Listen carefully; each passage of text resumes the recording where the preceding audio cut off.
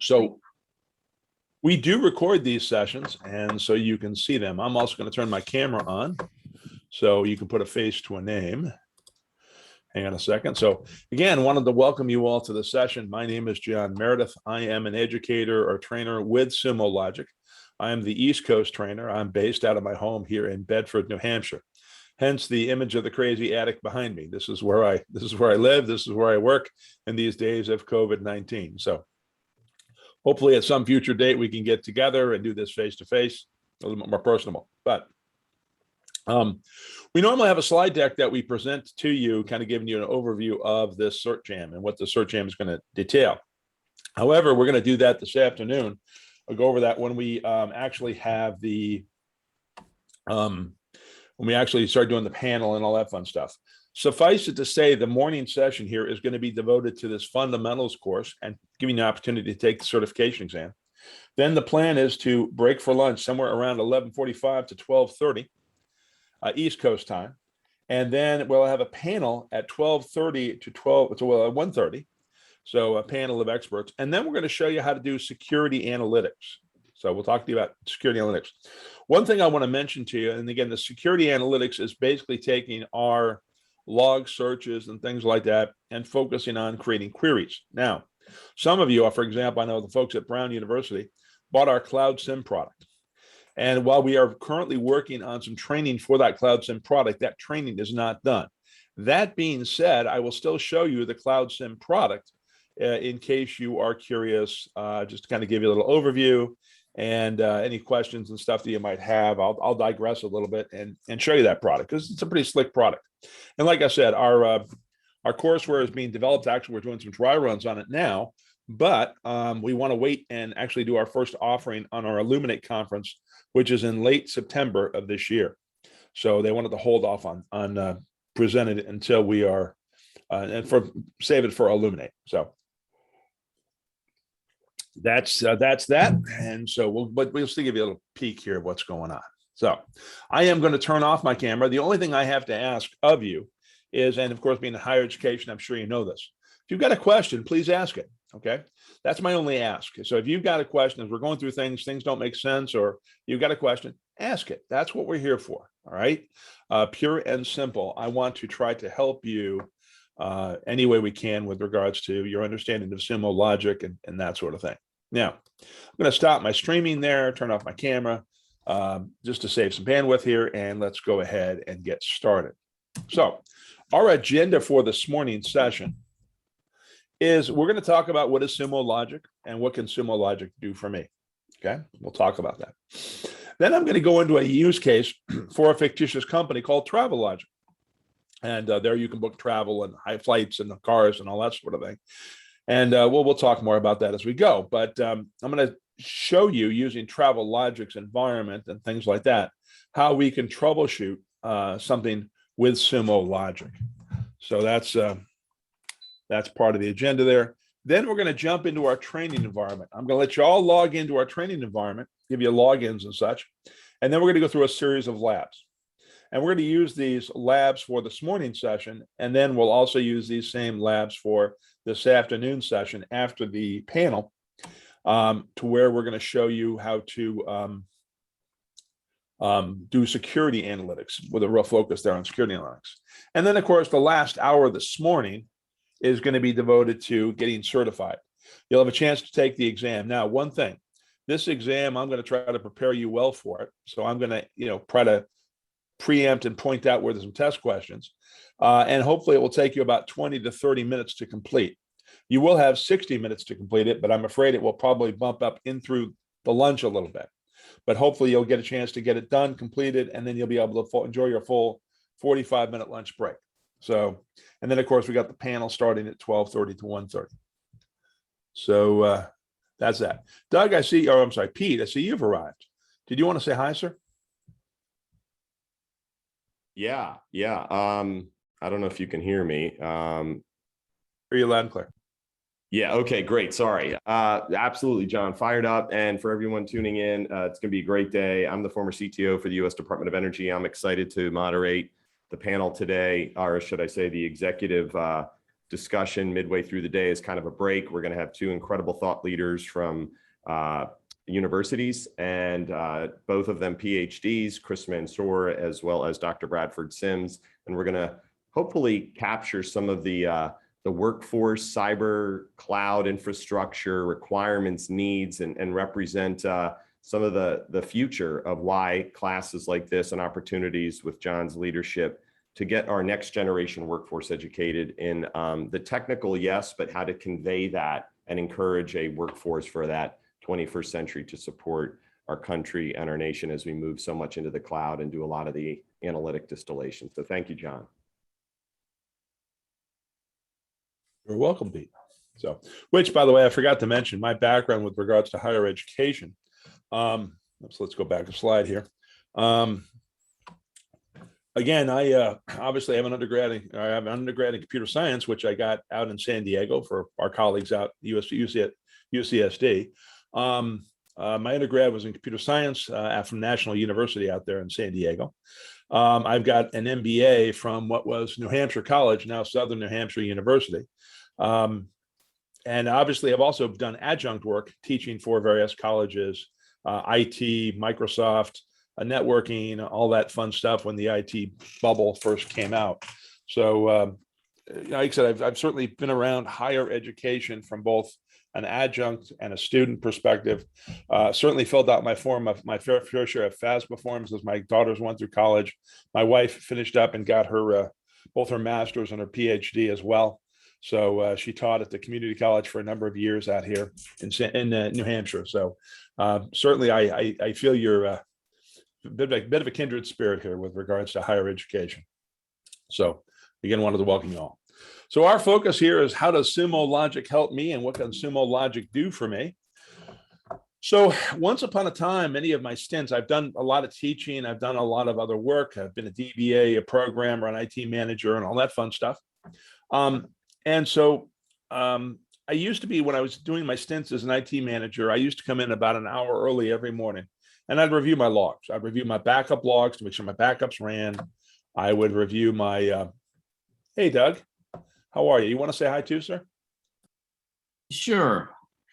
Yeah, John, thanks for the intro. And I know Pete Saronis has already said hello. So John, thanks for running in and jumping into the agenda here. So excited to have everybody on the call today.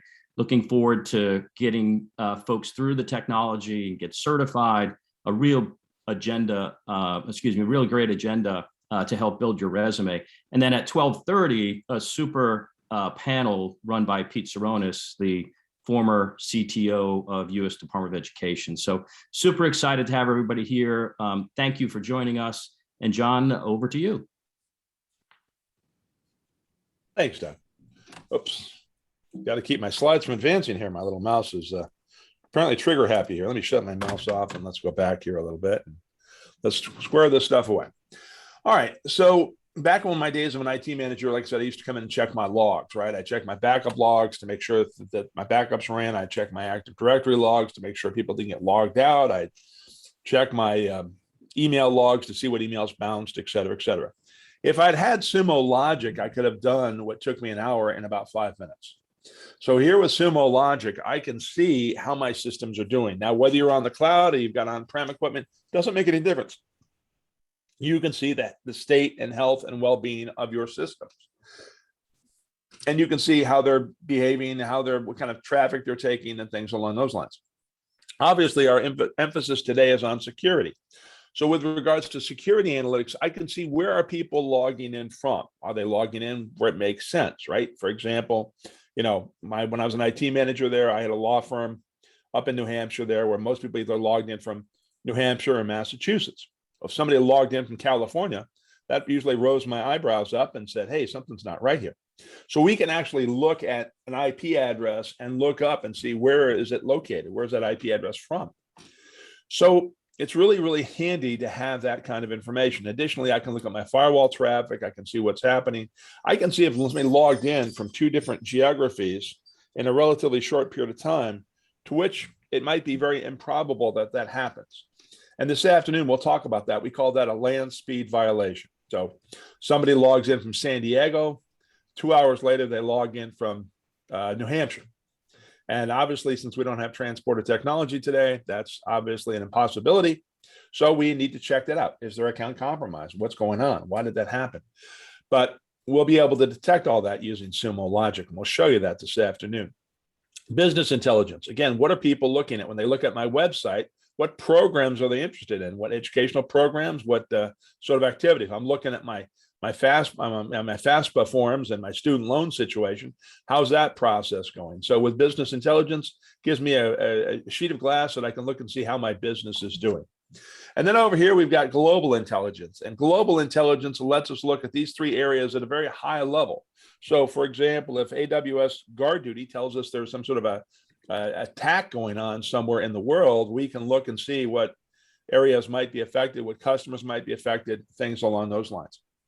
Obviously your role varies, but in education, I assume that you're dealing with some sort of IT and or security and or some sort of supporting role here to help the overall folks in your colleges and universities succeed. And so regardless of your role, obviously Sumo Logic fits into it. And then of course, you're running a series of applications. Maybe you're on the cloud running some microservices products. Maybe you're using software as a service. You're using Google Apps, or you're using Office 365. You've got a series of mobile devices. We can read all of that information. These third-party apps, we can read that. And then, of course, Sumo Logic itself is born in the clouds, raised in the cloud. So we run on AWS. We support multi-tenancy. We scale up. So as you need more resources, you don't have to worry about it. As far as maintaining the Sumo Logic environment, you don't have to worry about it. We take care of all that for you. And again, for those of you who've purchased our Cloud SIM product, we update the rules and stuff like that within that product very, every 2 weeks, if not sooner. You'll find our product has a bunch of machine learning and advanced analytics in it. And we'll see some of that this morning. And then we also have a bunch of APIs, application programming interfaces, which allow your computer science graduates to make connections to our systems. We can also use APIs of other products like Slack or Teams, Microsoft Teams, to where we can send an alert as a message into Slack or Teams. Probably the most important thing here on this slide is this little security and monitoring piece right here. We work with great rigor to maintain our SOC 2 compliance, our CSA STAR compliance, our PCI compliance, and about 4 or 5 months ago, we received our FedRAMP moderate authorized. So these are certifications that we covet, that we work hard to maintain your trust. And so you can know that this product is going to protect your data, your students' data, your college data, and basically you protect it, pure and simple. Now, what I want to do is I want to go in here and I want to do a little an example here, a demonstration. So here we happen to run Slack at Sumo, but here I am getting a message that says I have got an abnormality detected in my gateway response time. And I've got a couple of buttons here that I could click on, which will take me to a particular dashboard. This is one dashboard. This is another dashboard inside of my Sumo Logic demo environment. So rather than clicking on those buttons, I could just go in here. Bear with me a moment while I see it's logged me out for being idle. It's a fair request. So I'm back in here. And so here in my Sumo Logic environment, I'll talk about this interface ad nauseum, what the different icons mean and all kinds of other stuff in a bit. But for right now, if I go into my production travel logic environment here, and I can see you can organize things in folders to organize things as you see fit. And here in my operations is my operational overview dashboard. Now, in this operational overview dashboard, I see a series of panels. And as an overview, maybe this is going to be part of my network operations center, whatever. I can see these panels. And so green is good, yellow is questionable, red is bad, okay? And so when I look here, I see that in my checkout service, I have over 4,000 errors, 4,870 to be approximate, within the last 60 minutes. And so obviously, I've got some problems going on here, and I need to investigate this. So I started off with a Slack message telling me there's an issue. I could have clicked on this button. This button would have taken me to this dashboard, but I want to investigate this problem. And so I'm going to go ahead and click on this particular panel, and I'll talk about panels and queries in just a little bit. And this takes me to another dashboard, which then breaks down in Sumo Logic what my services are doing. Now, each panel that I showed you previously, and each panel you see here, and there are 6 panels, each of these panels represents a query. The previous dashboard, these queries were all single value queries. You're going to display a single value, except for this one in the corner. But this dashboard, like I said, displays some, charts and bar charts and line charts and area charts and all that sort of thing. Now, on these charts, when I look here at my bookings, I see that my bookings are going great guns here until about 9 o'clock East Coast time. And then all of a sudden at 9 o'clock, I started experiencing failures. By the way, with our dashboard product, you can click on the legend and remove certain things if you want to. Make it easier for you to see things. So you can select and filter, if you will, on your dashboard. So I see that all of a sudden at 9 o'clock this morning, I have a problem that's creeped up. And being the good old efficient professional that I am, I want to resolve this problem before my boss wakes up on the West Coast. So down here, I see that I've got a chart which shows me the last errors over the last 7 days. And here's today. Today is an orange. If I turn off today, you'll see that I've had no errors for the previous 6 days. So this is something that suddenly reared its ugly head. If I go down here to this particular panel, I see that I've got a bunch of errors, specifically 1,264, if my eyesight's good here, with regards to my Prod 1 travel checkout service. So my Prod 1 travel checkout service is generated in the last 60 minutes here, about 1,284 errors or 64 errors. Below that, I have another node here. It's another travel node checkout service. It's generated about 696 errors. So those 2 nodes are generating errors. These other nodes appear to be working fairly well. These are my worker nodes. So my worker nodes are running fine. My travel checkout nodes are generating errors. Over here, I can see that this is displaying my latency and my transaction, how long things were taking. So I can see that at 9 o'clock, shortly thereafter, I had a spike in latency, take me longer to process my transactions, which is another handy diagnostical tool. Also up here, I can see an outlier, which is part of our product. You can create outlier diagrams, which is basically, here's my data. And then the cloud behind it is a certain value of standard deviations above or below my values. And then this red triangle, which let me move my cursor out of the way so you can actually see it, shows that I have an outlier statistically, an outlier of my data. And so that would also indicate a potential problem. Now, up here in my upper right-hand corner, I have another panel.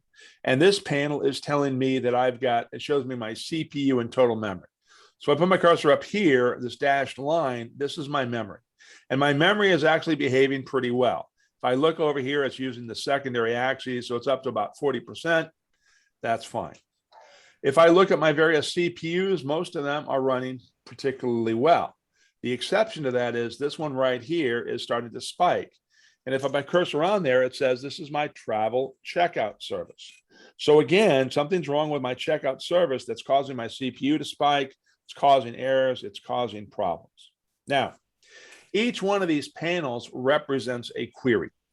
So what makes these things up is a specific query. In this case, I'm going to use this panel to investigate further. I'm going to look at the underlying query here.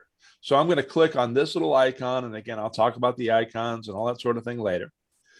And so this shows me the underlying query. Now, in the underlying query, again, I can see my memory usage off of my secondary axes here. And then I can see my CPU usage on my primary axes. And again, it's 2 nodes here that are causing problems. One travel checkout node, another travel checkout node that are starting to have a spike in CPU usage, and they're riding particularly high. Started about 9 o'clock this morning, East Coast time. Now, down here, when I create this query, I decide what do I want to see. In this case, I want to see a metric that's showing me my CPU total. I have another metric that's showing me my memory usage. And then down here, I'm also correlating it with my travel checkout logs. So in my prod environment, I am looking at my travel checkout logs specifically for the words error or the word exception. Now, when I have both metrics and logs in the same query like this, that generates a heat map. And this heat map up here with the different colors and shades of orange indicates where I start seeing log messages with the word error or exception. So for the longest time, I didn't have any messages. Now, all of a sudden, in this 1 minute right here, I have 212 messages. Then I have 183 messages. Then I have 229, et cetera, et cetera, et cetera. So all of a sudden, at 9 o'clock in the morning, I started getting where the system, the log started generating error or exception messages. Now, I'm going to investigate this a little further. I'm going to hold down my shift key on my keyboard. I'm going to go up here to this heat map.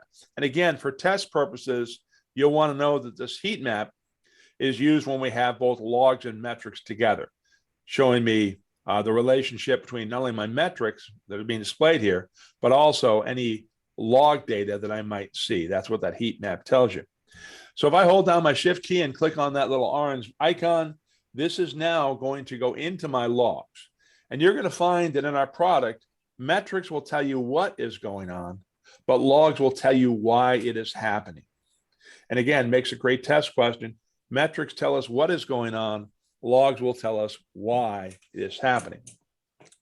So here I'm actually in my log query, and I'm looking at my travel checkout logs for the words error or exception. And again, I'll go through this interface as far as all the controls and all the things that are here. Here I am looking at that 1 minute of time. I'm looking at 9:01 to 9:02 US East Coast time. I'm going to change this so I can look at a broader time. I'm going to look at 60 minutes, the last 60 minutes. So here in the last 60 minutes, again, I've got my little histogram, which shows me I've had no messages. Then all of a sudden at 9 o'clock, I have a bunch of messages. And I could go down here and I could probably find the error that's causing my problem. The problem is it's not going to tell me maybe what caused my problem. Okay, so this will tell me what my error is, but it won't tell me maybe what caused it. For that, I'm going to change it, and I want to get rid of looking specifically for the word error or exception. I'm going to change my query. And now I'm just going to look at my checkout logs overall. And so my checkout logs are showing me all of my checkout messages. And here in my histogram, I can see the query is done, how long it took, the number of results. So over the last 60 minutes, I have 57,388 log messages. Now, I don't want to read through all of those log messages. And with Sumo Logic, we don't have to. If I click on this log reduce button, it's going to add a log reduce command to this query. And that log reduce command is going to combine my like messages. So in my messages tab, I will see my original messages. But now what it's doing is it's processing them and combining the like ones together. This will take a minute. Yep. As Doug points out in the chat, feel free to ask any questions you want in the chat box. Also, let me make a pass by here and make sure everybody has their microphone turned on. You're also welcome to ask your questions directly. Unmute yourself and ask your questions. Yeah. So we're done. Done. It took about 40 seconds. We've got about 56,000, almost 57,000 results. And out of that 57,000 results, almost 8,791 are this message. 7,265 of these are this message. So we can quickly see. Now, these particular messages are informational messages. They're trace statements that somebody may put in their logs. A developer may have put some trace statements in there to diagnose things. So I'm going to scroll down until I find something that has the word error in it. And sure enough, I have 1,519 of these messages. And these are, in fact, my error. And as I look at this, I read it and I realize this is something about a Python script that's trying to run that can't. If I go to the next message, there are 1,519 of these as well. And so these two messages go together. And so the Python script is basically used to check me out. So I have, you have, we have, want to make a credit card purchase, right? And so in order to make that credit card purchase with PCI, we're going to take a digital certificate and we're going to encrypt your credit card transactions and then send it to the payment system, which is either going to approve it or deny it. Now, the problem is when I look at this error, it's saying there's a bad handshake. My SSL get server certificate, my certificate verification failed. A bad handshake. So this is why I'm having problems. It's not able to encrypt my credit card information. Therefore, it will not process my credit card information. And that's why I'm starting to see problems in my checkout service. So there's something wrong with my certificate. Now that certificate could have expired, could have done a lot of different things. I don't know, but something's wrong with my certificate. Now I know in my environment where to look, but I'm really not sure what caused this. So let me go back to the top for a minute. And while looking at the high number of counts is helpful, sometimes looking at the low number of counts can be also helpful. Because I really want to understand what happened, what caused this. And so when I click on this triangle to have it go point it up or put it in ascending order, I notice here that when I booted up my system, my Travel Logic app started cluster, a certain cluster. By the way, these stars are the different values in this case of these two different messages. So when you see stars, that means that the values have changed across the instances of these messages. But here it points out that the environment is 1.14 dev. 1.14 dev, this is a prod environment. Did somebody promote a dev environment to prod and forget to change my certificate to a prod environment? Now I think I've got an idea of what happened. Now I think I've got an idea of why it happened. In fact, if I'm really smart, I'm going to go back into my dev logs, and I can go back in here in my build pipeline logs and my developers, and maybe I can build a dashboard out of that information so I can see when things were built, and I can see who built them and who promoted them. So now I can ask Jack, hey, Jack, did you promote the environment up this morning? Yeah, I did. Any problems? No. Did you change the digital certificate? Oh, no, I didn't do that. Well, that explains why we got the errors. And now we need to incorporate into our process, make sure that we change that digital certificate. So we've identified the problem. We were able to see what's happening, able to investigate it and take corrective action. Okay.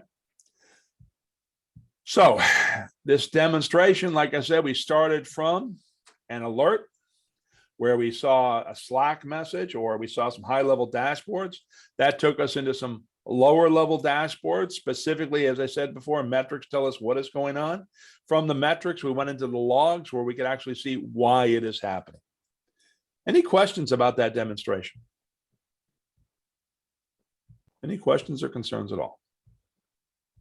All right. As far as using Sumo Logic, there are three phases to Sumo Logic. There is the data collection phase. We're going to get data brought into Sumo so that we can then write queries and build dashboards and all that fun stuff. So data collection is the first phase. And that consists of two things here, collectors and sources. Now, if you're on the cloud, AWS, Azure, whatever, then that collector is already there. It is hosted by Sumo Logic. Again, another test question. So if you see that you're on the cloud, you're dealing with cloud collectors, you don't have to worry about that because we host them, we maintain them, you don't have to worry about that. If you've got a bunch of legacy on-prem equipment, a bunch of servers and things like that, there you could install a collector to grab data from those machines. Now, these collectors are little lightweight Java-based applications, and they only do three things. They are going to grab your data, they're going to compress your data, they're going to encrypt your data, they're going to send it to the Sumo Logic cloud. So they compress, encrypt, and send. That's what they do. Again, when I say lightweight, they take less than 1% of your memory, less than 1% of your CPU. So they're not going to be a burden at all on your hardware. Now, within these collectors, we have sources. What data do I want to bring? Do I want to bring my web server logs? Do I want to bring my authentication logs? Do I want to bring my AWS CloudTrail logs? What data do I want to bring? It could be log data, it could be metric data, but each individual source that you bring will be its own source. So a collector, a connection to an environment, may have multiple sources. And we'll show you a little later how you can see what sources that you have. Once we've got this stuff into Sumo Logic, then we can start writing queries. Then we can start, looking at operators and using our various search and log operators, see basically what's going on. Okay. And we can create queries, we can create charts, visualizations, bar charts, map charts, whatever charts. And then we can take those charts, those visualizations, and start building dashboards with them. You may recall from my earlier conversation that a dashboard consists of a bunch of panels. Each one of those panels is in fact a query. So we'll talk about building dashboards. We'll talk about generating alerts that you can build. So in this class, we are going to focus a little bit on searching and analyzing, as well as visualizing and monitoring.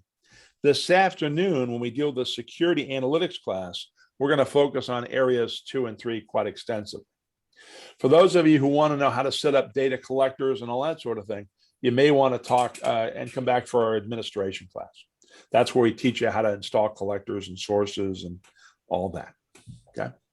Again, 2 types of collectors. My hosted collectors are hosted by us. You don't have to worry about them.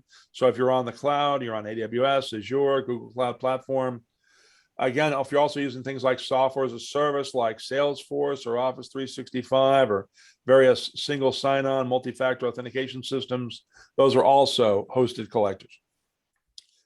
If you want to actually install collectors because you've got some on-prem equipment, some legacy equipment, again, you can install a collector on each and every machine that you want to grab information from, or you can install a consolidated installed collector on a machine, and then you would have these machines forward their logs to this machine.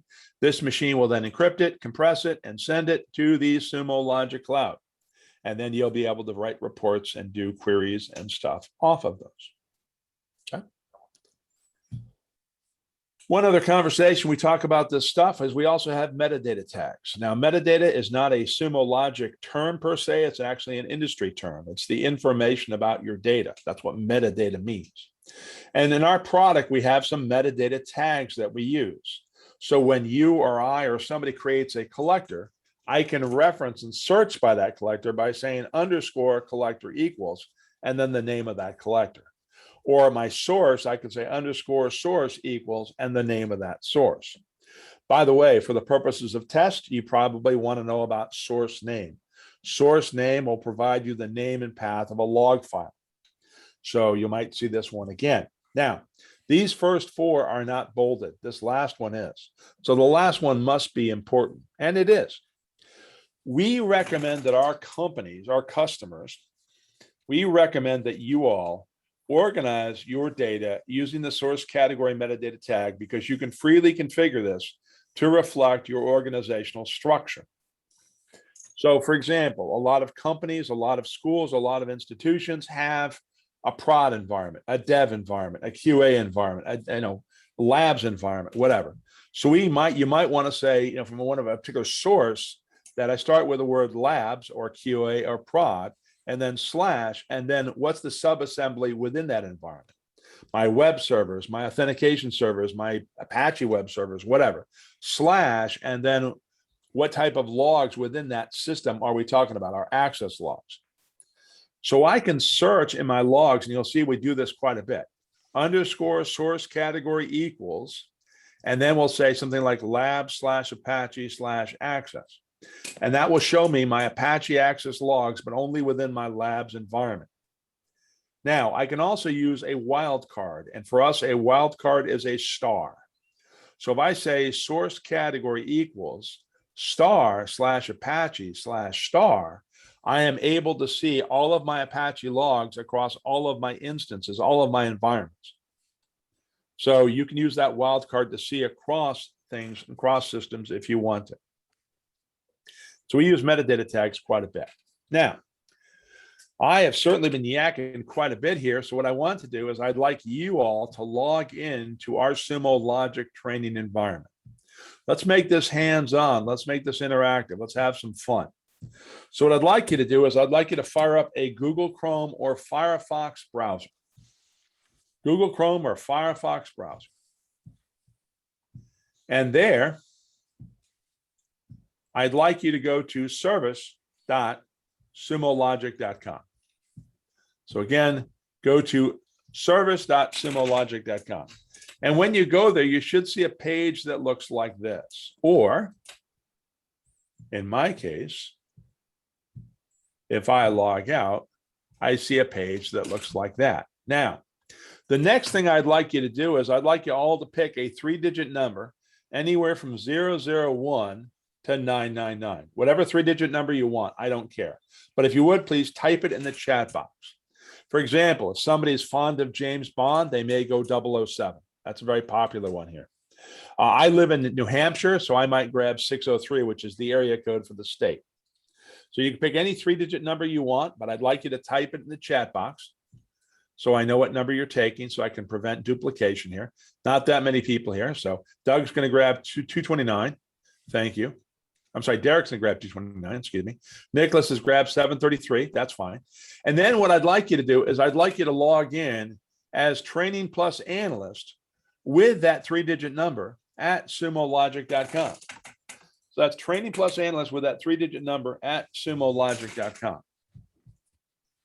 And then the password is, I'm going to turn this off so I can actually, you can see the password. The password is August 21 exclamation mark. That is our current password, and that password changes every month. So you can now log into our training environment and you'll be able to play with this environment for the entire month of August.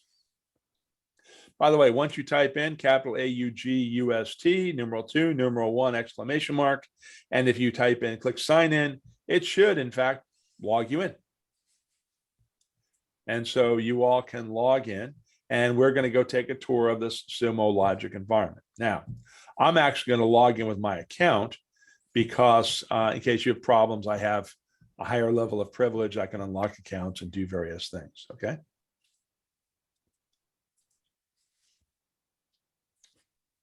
Okay, no problem. Yep. John, Yes. real quick, that was Training Plus Analyst 603 at sumologic.com, correct? I grabbed 603. Yeah, but you can grab 603 too if you want. Yep. So Okay, Training Plus all right. Analyst 603 at sumologic.com. And then the password is August 21 exclamation mark. Yep. But you can grab any 3-digit number that you want. That's what these hashtags are for. All set. Got it. Yep. So again, if you want to do is make sure you all log in. So I'm going to do a quick little poll here. Why am I not seeing my little polls? Interesting. Okay. All right. Tell you what, let's do it this way. If you're able to log in, if you would raise your hand, I would appreciate it. So if you're able to log in, raise your hand. If you're having problems, please let me know. Okay. Please let me know. And I realize that because many of you are taking the whole day to be with us today, that some of you may have to step away and deal with issues at work. I understand if that happens, no problems. I won't, I perfectly understand. I've worked for a living myself, so I get it. So it looks like 5 of you or 8 of you are logged in. Thank you very much. Let me go ahead and lower the hands, make sure we're good to go. And thanks, Doug. And so looks like we're in good shape. Now that we have logged in, what are we seeing? Now, depending on who the last person that logged in and the state they left you in, this side panel may be open or this side panel may be closed. This side panel here, if it's closed, you'll see it says Sumo Logic. You'll see a little hamburger menu or a little stack of pancakes or whatever you want to call it. Don't ask me why things relate to food for me. It's probably not a healthy conversation. But if you want to open this up, you just click anywhere in here. This opens up your navigation panel. So this is your navigation panel, your navigation pane. This first folder here on the far right is your library. This is the shared library that you and your organization, your college and stuff, your university have. So here you can put certain column applications, certain column dashboards that you want everybody to be able to access here in your library. Next to it, to the left, it's got a little figurine on it, a little head, if you will. That is your personal folder. When you create and save things, you can put them in your personal folder. And again, you can access them. Even if you're in a personal folder, you'll find out later that we can share them with others. You'll see that in a lab coming up. This star area over here is your favorites, your bookmarks, if you will.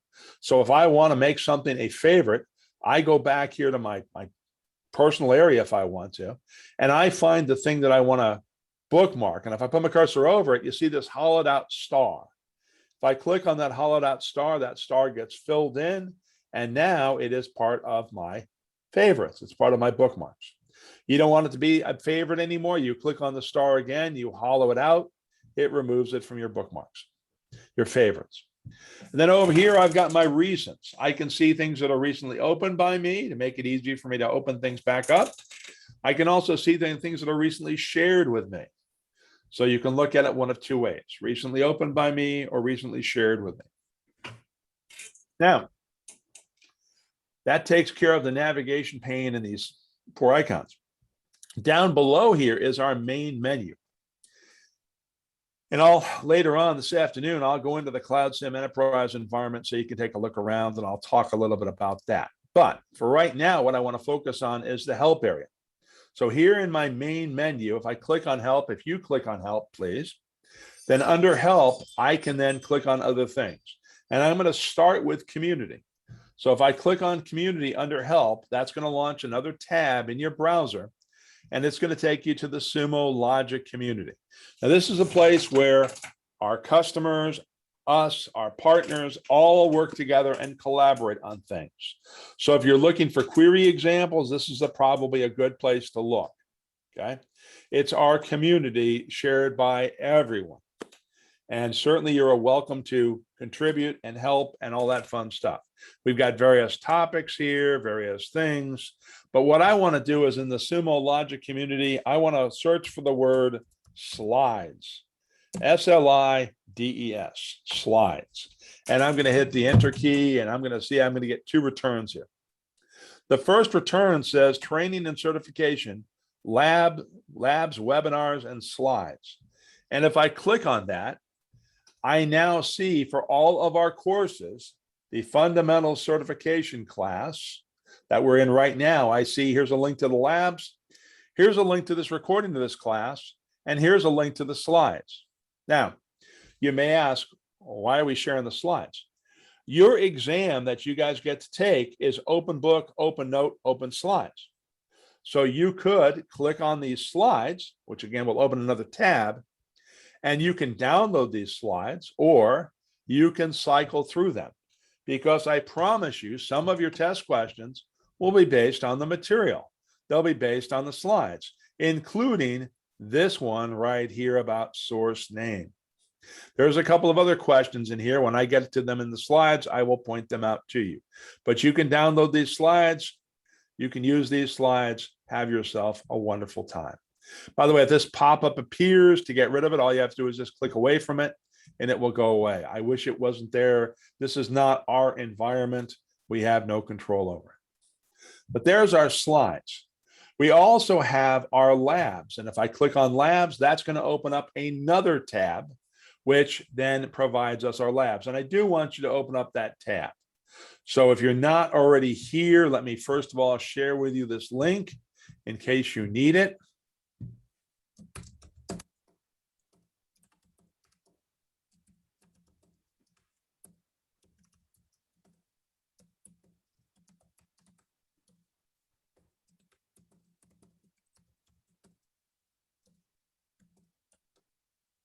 There you go.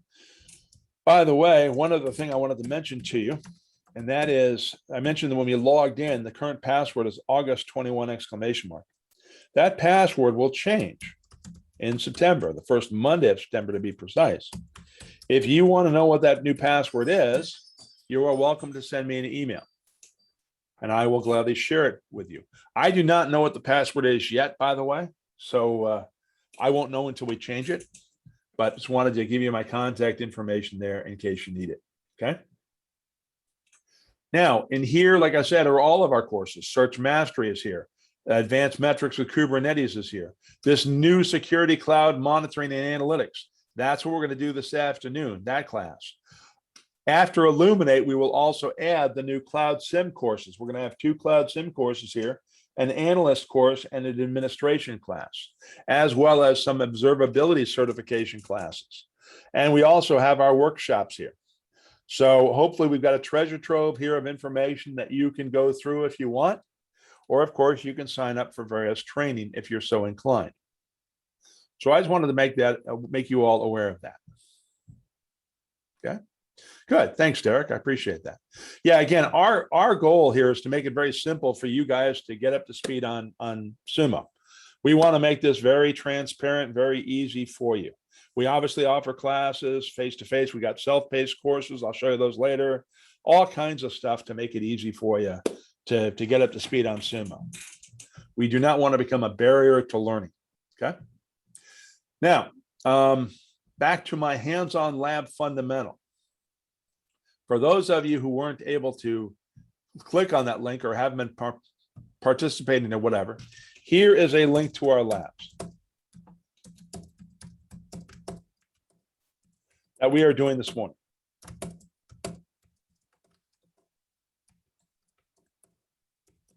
So there is the link. I put it in the chat box. And I would like to make sure you click on that link because I want to make sure you go here. And by the way, since I'm running Google Chrome, I'm going to right click on this and I'm going to pin this down. So what I want to be able to do is switch between my labs and my training environment, go back and forth. Okay. By the way, I don't need this Travel Logic site anymore. So let me turn that off and close that up. So what I'm going to do is I am going to show you this via our through the labs. I'm going to basically go through the labs here and we are going to do this stuff. One other thing I do want to mention to you though in the Sumo Logic environment, and that is again in the Sumo Logic environment with the navigation panel open, under help there is also our documentation. And if you click on documentation, nothing happens. That's because our product is context sensitive. We want to give you help about where you are clicking. So for example, if I'm in the app catalog, I go to the main menu, I click on app catalog, which shows that. Then I go to help and documentation. Our documentation will show you that you were in the app catalog and we'll try to give you help about that. Okay. If you are in here where it says, manage data and you click on collection and then you go down into help and you click on documentation, we will give you context sensitive help on our collection area and how to set up collectors and all of that fun stuff. All right. So it is context sensitive. If for some reason you want to go to our documentation and you click on that button, it's not doing anything for you.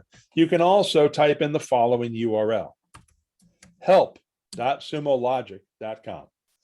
Help.sumologic.com will take you to our product documentation. And here in our product documentation, we are broken up into various chapters. So start here chapter, send data chapter, et cetera, et cetera, et cetera. And of course, you could search for what you're looking for. Again, some of you mentioned that you're new to Sumo and you recently purchased our Cloud SIM product. We have a whole chapter here on the Cloud SIM Enterprise.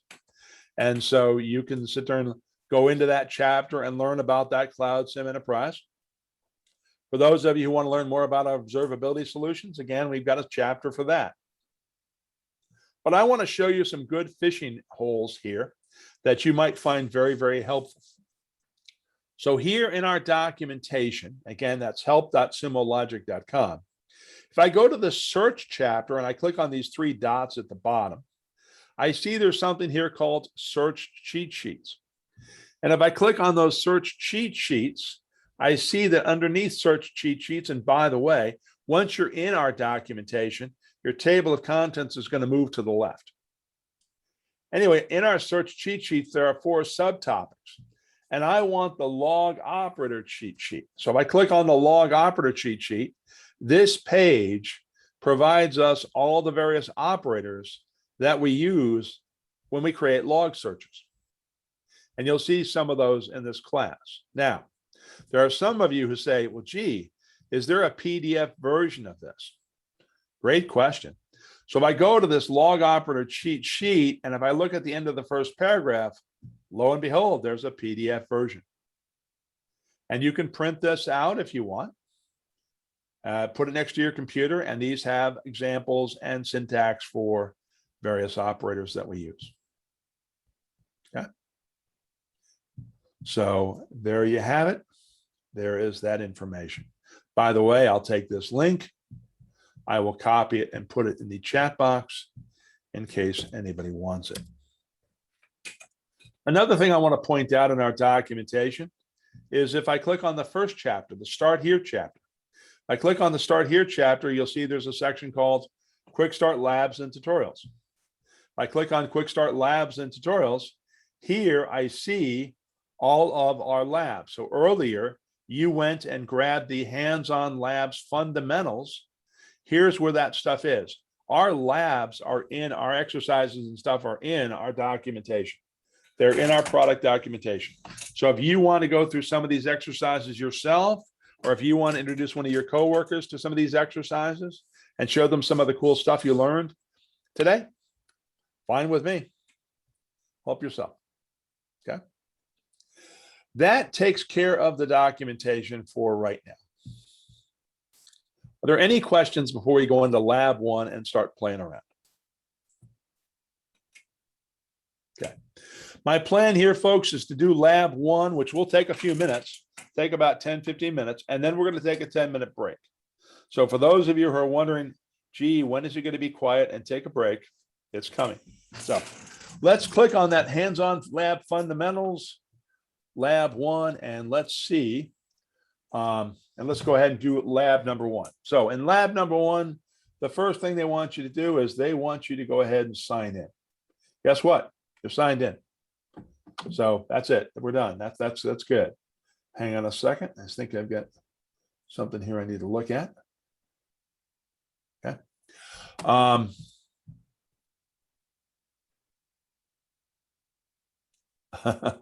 Yeah, that's a good one. Doug's putting in here for the, oh, I see. I got you. Never mind. Okay, thanks. So again, Doug put a little note in the chat box about wearing your school colors. Great. So here in lab 1, we've signed in. We're all in good shape. The next thing they want to do is they want you to be able to see where's your data? Where's your data coming from? And in Sumo Logic, there's 2 ways to do that. So way number 1 is we're going to go to our Sumo Logic environment. And in our main menu, we're going to click on Manage Data. And under Manage Data, we're going to click on Collection. And this will then show you all of your collectors.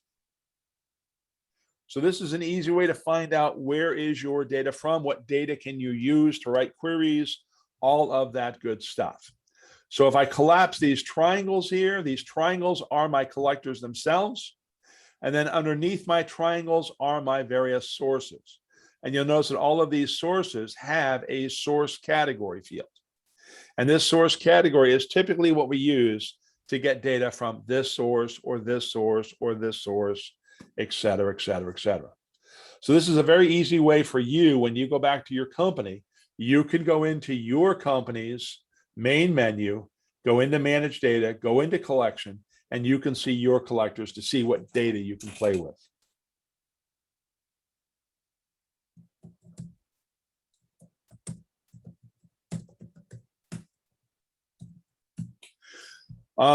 So that's one way. Going back to my lab for a second, there's another way. We can write a log query to see where things are coming from. So what we're going to do is we're going to write a log query. Now, as I go through here, it talks about clicking on this new blue bar and click on log search and all that good stuff. So let's just walk through this real quick. So what I want to do, and what I want you to do, is click on this new blue button and select log search. Everything we're going to do today is clicking log search. We're not going to click any of these other buttons, just log search. And that brings up a log search query where I can type in my query here. I can specify my time range here. I can see my histogram here, and then I can see my log messages and field browser down here, okay? Realizing right now you need a lot of imagination. Give me a little bit and we'll reduce the imagination. As I continue to scroll down in here, I see that there's some code, */pipe/ whatever, okay? You can, I can, we can copy this and we can paste this in, okay? And I can then run this by clicking the start button. And I mean, it works just fine. It does exactly what I want it to do, except let me walk you through this code so you understand it. So my star means give me everything. I want to see all of my log messages for the last 15 minutes. And normally we would not advocate searching for everything across your environment. This is that one exception to the rule. Normally, we focus on specific data. So the star shows me all of my logs in the last 15 minutes. And in the last 15 minutes, I received 978,363 log messages. Okay. So I've got a lot of logs here percolating. Now, when I want to add an additional command, that command starts with a pipe or that vertical line. Okay. It starts with a pipe symbol. And then what I want to do is I want to count by a field, a metadata field known as source category. And you'll notice here it gives me an example that I could copy, swipe, copy, and paste up there if I want to, or I can continue to type it in. So now when I run this, because I'm doing a count by source category, here's all of my original messages. Those are still there. Now I'm up to 910,000 messages over the last 15 minutes from this point right now. But because I'm doing a count by, that creates this aggregate tab. And in this aggregate tab, I can now see that out of my 910,000 messages, 128 are from this source, 24 are from this source, 1,508 are from this source, et cetera, et cetera, et cetera. Now, what I may want to do is I may want to organize this. So I'm going to type in another pipe, and I can say sort by, and I want to sort by the value of my count. And this is where things get a little confusing. So it says sort by underscore count. Why is it underscore count here and it's count there? Well, count here is an operator. It's going to count things. Think of a teacher in a classroom, right? 1, 2, 3, 4, counting their students. The result of that action is stored as underscore count. And so I want to sort by underscore count in a descending way. And so now I am now going to sort this by my count values in a descending order. If I want it to be an ascending order, it's simply ASC. If I don't specify an order, it will do it in descending order anyway. So the default is descending order. So now I can see where my data is from. And you could run this query yourself. I'm going to go ahead and copy it and put it in the chat box. But you can run this query on your system if you want to.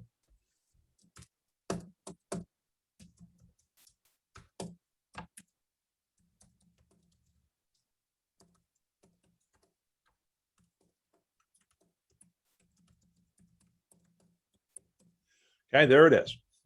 I typed it and put it in the chat box, copied it and put it in the chat box. Now, as you can see, I could add another pipe and I could add some more statements and add another pipe and add more statements. And I'm going to have the ugliest, longest looking run-on sentence in the world. And while the system can handle that without any problems at all, we humans are going to have a problem with that long run-on sentence. So we recommend as a best practice, a proven practice, that right before the pipe symbol, you do either a Alt Enter or a Shift Enter, which is going to put this on a new line. So if you're on a Windows keyboard, it's an Alt Enter. If you're on a Mac keyboard, it's a Shift Enter. And that way, we do a carriage turn line feed and put these on separate lines. And that kind of improves the readability for us humans. And it still runs the same way, still runs, still executes, no fuss, no muss, and basically off to the races we go. Okay. Robert says he's unable to use cut and paste from the chat box. I don't know if everybody's having that problem or just Robert. I know some companies limit what you can do with Zoom. So some organizations do. The other thing you can do, Robert, is the code is typically right here, except that I've added stuff to it so if you can follow along. But you can take the code from the lab examples, okay? So as I said, we're going to get through this lab and then we're going to take a break. So just a few more things I got to do. Almost there, getting there at least. Any questions about this lab so far? All right, well, let's move on. The next thing we want to do is we want to find and display a shared dashboard. I'm going to assume in your company, you want to be able to find things in your company. Makes sense. So if I open up my navigation panel here by clicking on that Sumo Logic hamburger menu, it opens this thing up. And then if I go into my library button here, click on my library tab, I want to search for Apache Access. And I'm going to type it all in lowercase.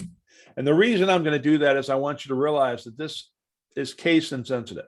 Regardless of how you type it here, you will find it down below. So if I go and search for Apache Access, I see that I've got 4 folders and two queries. Now this first folder, if you put your cursor over it, pops up a tooltip. And this one should have been the one created by me. And this is the one that you want. So if you click on this folder, you'll open it up. You'll see there's a bunch of stuff under a logs folder, a bunch of stuff under a metrics folder. And then we have this Apache overview dashboard. And if I click on this Apache overview dashboard, it runs this query and I'm able to see information about my Apache environment. So if this query runs and you're seeing data here, then you're in good shape.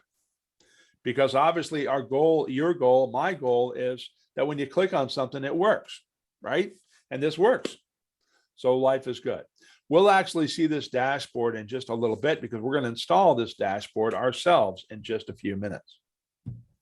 In fact, that brings us to the next section where we're going to install an app, and we're going to install that particular Apache app here in just a second. Now, if you go into your Sumo Logic environment, again, back into your navigation panel, open up your navigation pane. And if you go into this thing called an app catalog. So here, ladies and gentlemen, is your app catalog that has a bunch, almost about 200 pre-built apps ready to go. Okay. So this app catalog has a bunch of apps, in fact, ready to go out of the box. And hopefully these apps will get you somewhere between 70 and 90% of where you need to be. All right. For example, I don't know how many of you might use Zoom, but if I scroll to the bottom of this, or if I do a search for Zoom, you'll see that we have an app for Zoom, right? We have an app for Workday. We have an app for VMware. We have an app for a lot of things. And so you could, if you wanted to, I'm going to click on the Zoom app. And then here on the Zoom app, I can click on preview dashboards. This shows me the information that this dashboard is providing me. How many people are using Zoom? How long are the calls? Who's my top 5, 10 users? Who's taking the longest amount of time? So I can see if I'm really getting my money's worth out of this Zoom application that you're paying for, okay? So these apps have a bunch of pre-built dashboards, as I said, that will hopefully get you somewhere between 70 to 90% of exactly where you need, the kind of information that you need, okay? And that's our goal for these applications. Now, what I want to do is I want to go back to my app catalog and I want to start searching up here for Apache. So I'll start typing in APA, and that filters all of my apps so I can only see those apps that start with APA or have APA in there somewhere. So here's my Apache with a feather, my Apache Tomcat, which is another web server which supports Java and JavaScript. And then I've got some global intelligence dashboards. We simply want this one on the first one, the Apache with a feather. And we're going to install this app. So I want you to go ahead and click on this app. As I said before, you could preview the dashboards if you want to and see what kind of content they have. Here in community, if somebody's written up this application and put feedback about this application, you could see all the feedback and information in our community about this app. And then under learn more, if we've got any training materials that use this app, you could see that as well. Now, what we want to do is we want to click on add to library. And we're going to install this app in our personal folder. So the first thing I'd like you to do is under the app name, I want you to modify that Apache and I want you to append your initials. So I want you to put your initials in there so it makes it easier for you to find. Now, I taught this class yesterday. Actually, I taught it about 2 o'clock in the morning because I taught it to some folks in Israel. So I taught this class just yesterday and I taught it again today. So I've obviously got a lot of Apache JWM apps out there. So what I'm going to do is I'm going to throw in today's date here so that I can keep track of which one's which.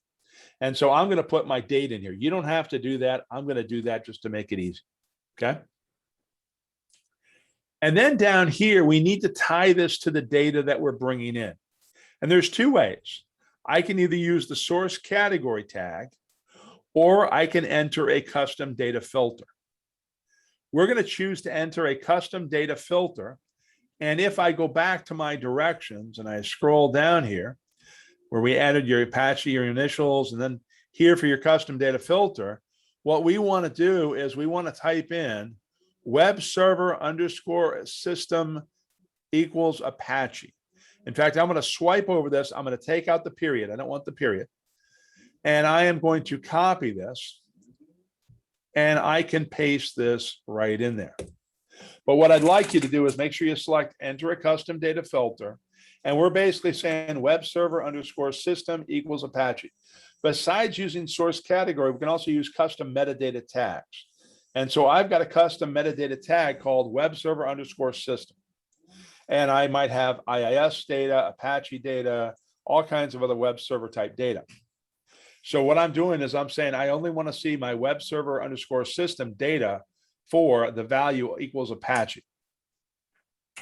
So that's why we want to specify web server underscore system equals Apache. And then if I click on advanced, you'll see that by default, this is going to put it to our personal directory, which is what we want. And then all we have to do is click on add to library, and it will go out here and it will install it in our personal library.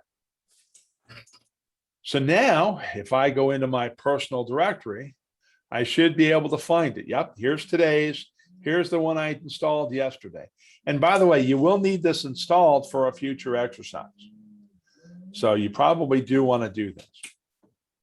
Now, if I open up this folder, again, I see my logs folder, my metrics folder, and again, there's my Apache overview. I can click on that Apache overview, and when I run it, I start to see data. As long as I'm starting to see data, this is installed properly, we are in good shape. As I mentioned before, each one of these panels represents a query, and we can go into these specific queries and see basically what that query is asking, which we'll do in just a little bit. Any questions or problems with this? All right.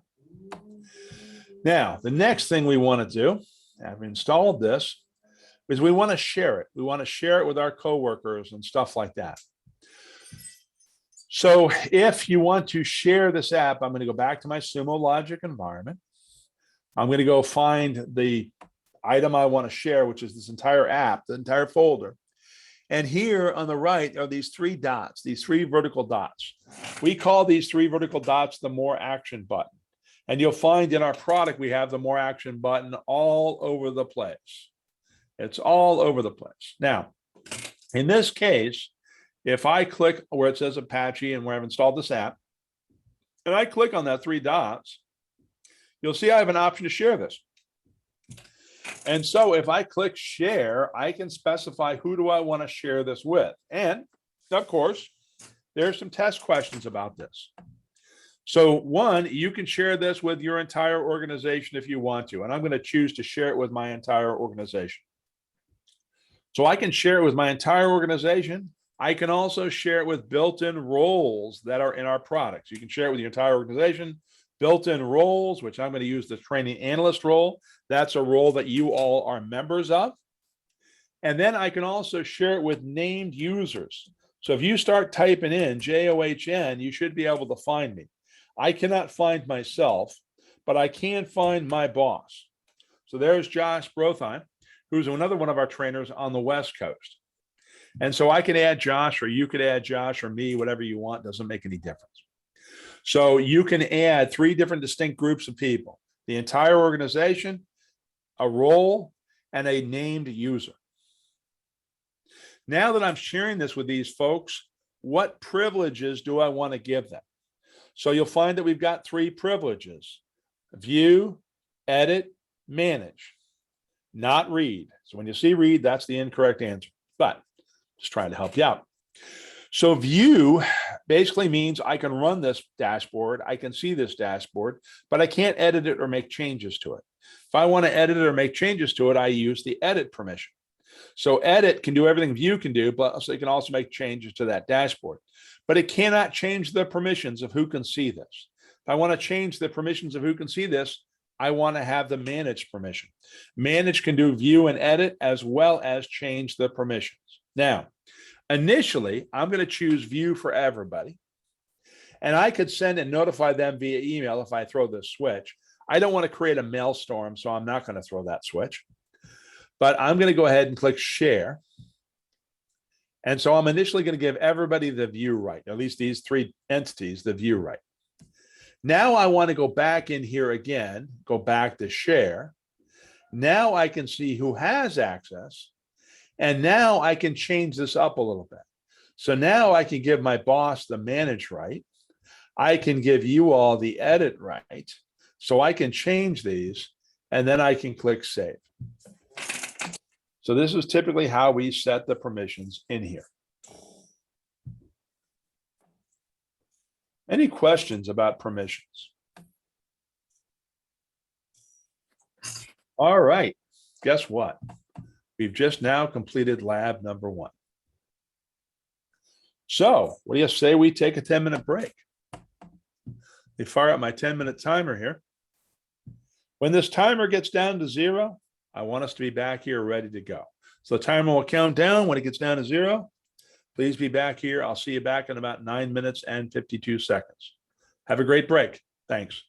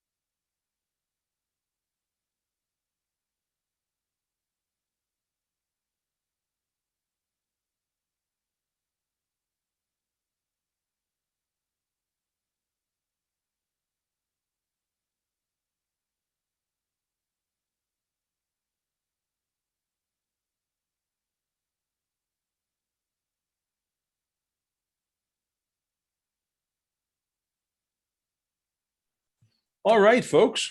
Hopefully you've all had a nice 10-minute break. Got a chance to grab some coffee, tea, juice, water, whatever. And so let's go ahead and jump on into lab 2. In lab 2, we are going to create a query. We're going to start by building out a query. So basically, I could take this code that's in lab 2 and I can copy it. But let me first of all explain to you a little about what's going on. So let me go in here. And by the way, I don't need this navigation panel open anymore. So I'm going to close it by clicking on this left turn signal, and that gets rid of that. Additionally, I've got a bunch of tabs opened here. And while I could close them all one at a time, truth be told, if I click on any one of these tabs in Sumo Logic, if I click on the More Action button, you'll see I have an option that says I can close all tabs. And I'm going to do that just to make it a little easier for me to get around and kind of clean things up. Okay.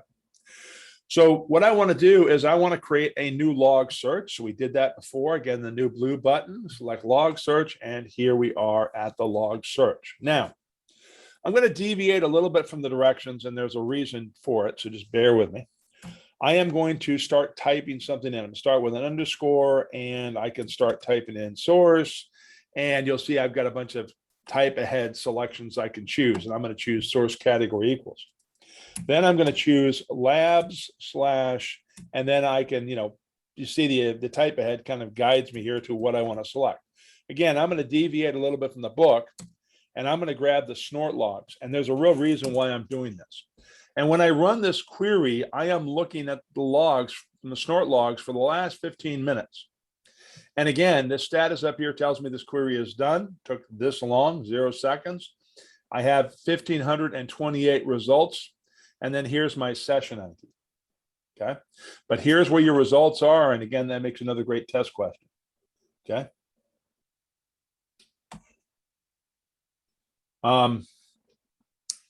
Now, the reason I wanted to do this was, again, here's my log messages from Snort.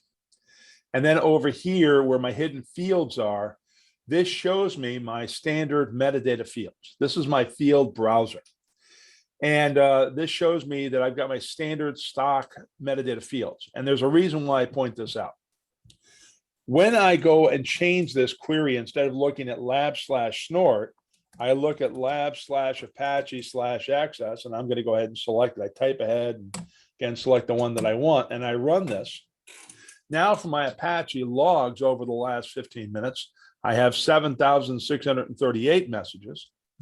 But if I look down here at my field browser, I got a whole bunch of other fields.